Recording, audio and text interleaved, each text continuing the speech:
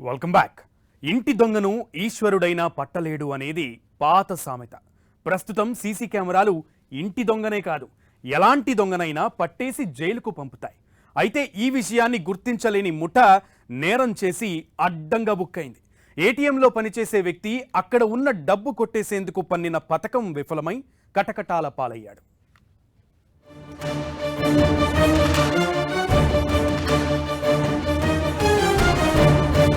తిరుపతి జిల్లా చంద్రగిరి పట్టణంలో ఓ ఎస్బీఐ ఏటీఎంలో జరిగిన చోరీ ఇంటి దొంగల పని అని పోలీసులు గుర్తించారు. సీసీ ఫుటేజ్ ఆధారంగా నిందితులను గుర్తించారు. ఈ కేసులో ఇద్దరిని అరెస్ట్ చేశారు. కొత్తపేటలోని కోసూరి కాంప్లెక్స్ లో ఉన్న ఎస్బీఐ ఏటీఎంలో ఆగస్టు 27న చోరీ జరిగింది.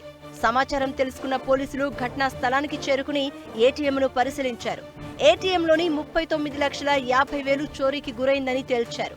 వేలి ముద్రల నిపుణులను డాగ్ స్క్వాడ్ ను రప్పించారు.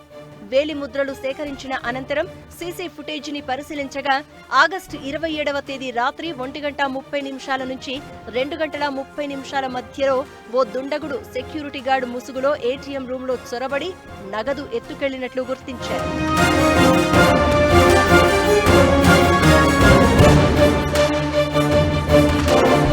అయితే కేసును విచారించిన పోలీసులు ఎస్బీఐ ఏటీఎంలలో నగదు పెట్టే ప్రైవేట్ సిబ్బంది అయిన కస్టోడియన్ సురేష్ ఈ చోరీ చేశాడని తేల్చారు.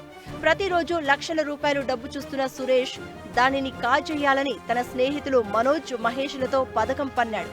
దీని ప్రకారం ఆగస్టు 27న కోసూరి కాంప్లెక్స్ లోని ఏటీఎంలో నగదు పెట్టిన సురేష్ దానికి సంబంధించిన తాళం వేయకుండా ప్రధాన డోరుకు తాళం వేసి వచ్చేశాడు. అదే రోజు రాత్రి నగదు తరలించే వాహన డ్రైవర్ మనోజ్ కు విషయాన్ని తెలిపాడు. అతడు తన స్నేహితుడు మహేష్ కు విషయం తెలిపి నగదు చోరీ చేయాలని సూచించాడు.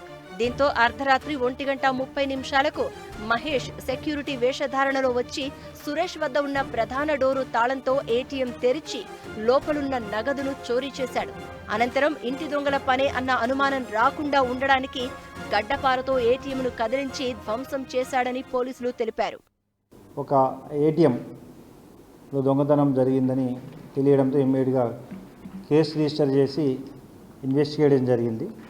ఇందులో ముఖ్యంగా ఆ ఏటీఎం యొక్క పనిచేసే ATM Suresh Babu ATM custodian bank సంబంధించి ఈ సెక్యూర్డ్ ఇండియా లిమిటెడ్ ఒక కంపెనీ తిరుపతిలో ఉన్న అన్ని 52 ఏటీఎంలను కూడా మెయింటైన్ చేస్తుంది. వాటిలో డబ్బులు పెట్టడం తీయడం జరుగుతుంది. వారి ఆధ్వర్యంలో పనిచేసే ఈ కస్టోడియన్ గత కొంతకాలంగా ఏటీఎం యొక్క కీ అండ్ ఓటీపీ తన ద్వారా వెళ్తుంది కాబట్టి చాకచక్యంగా కొంత డబ్బు తీయడం జరిగింది. చివరికి ఆడిట్ వచ్చే రోజు ముందు రోజు 39,50,000 రూపాయలు పోయిందని కంప్లైంట్ ఇవ్వడం జరిగింది. అయితే ఇమీడియట్గా మొత్తం విచారించిన తర్వాత అతను చాలా క్రిమినల్ మైండ్తో ఆలోచించి ఏటీఎంను బ్రేక్ చేసినట్లుగా రాడ్తో ముందే తన స్నేహితుడు మనోజ్, ఇంకొక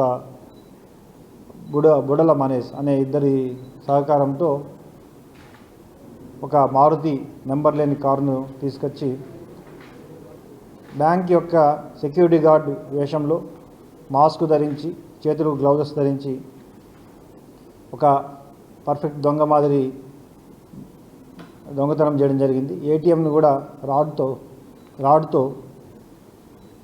దాన్ని డ్యామేజ్ చేసి ఎవరో దొంగతనం చేసినట్లుగా చిత్రీకరించాడు. సో దీంట్లో అనుమానం వ్యక్తం చేసిన వ్యక్తులందరినీ సీసీ కెమెరాస్ అన్నీ కూడా ఐడెంటిఫై చేసిన తర్వాత, విచారించిన తర్వాత ఇతను గత నెల రోజులుగా ఏటీఎంలో కొంత డబ్బులు తీసుకురావడం జరుగుతుంది. చివరికి ఆడిట్ సమయంలో ఇది ఈ విధంగా చిత్రీకరించాడు. నిందితుల నుంచి 8 లక్షల రూపాయలను పోలీసులు రికవరీ చేశారు. మిగతా డబ్బును ప్రధాన నిందితుడు బెట్టింగ్లో పెట్టాడని పోలీసులు తెలిపారు. వీరు చంద్రగిరిలోనే కాకుండా తిరుపతిలోని గిరిపురం, అన్నారావు సర్కిల్, తుమ్మలగుంట దగ్గర ఉన్న ఎల్ఎస్ నగర్లోని ఏటీఎంలలో కూడా ఈ తరహాలోనే చోరీ చేసినట్లు గుర్తించారు.